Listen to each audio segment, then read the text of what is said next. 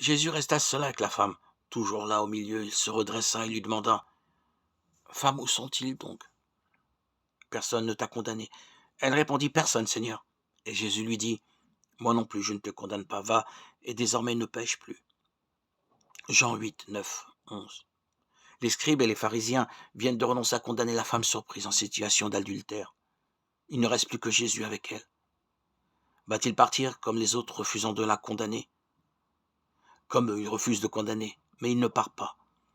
Il invite bien plutôt à s'en aller, elle. Va et désormais ne pêche plus.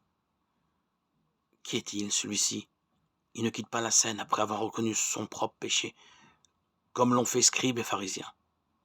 À l'inverse, il renvoie la femme libre de tout péché. Que devons-nous en comprendre? Que dans cet épisode, il y a un seul juste face à des pécheurs. Parmi ceux-ci, la femme dont le péché est connu et ses accusateurs dont les péchés ne sont pas avoués jusqu'à ce que Jésus leur parle. Ici, Jésus se révèle comme le seul qui n'est pas pécheur et comme celui qui libère du péché. Et nous? Où nous situons-nous? Allons-nous nous considérer en droit de juger les pécheurs dont le péché est connu? Ou plutôt reconnaître que nous appartenons, comme eux, au clan des pécheurs, qui ne peuvent attendre leur libération que de Jésus?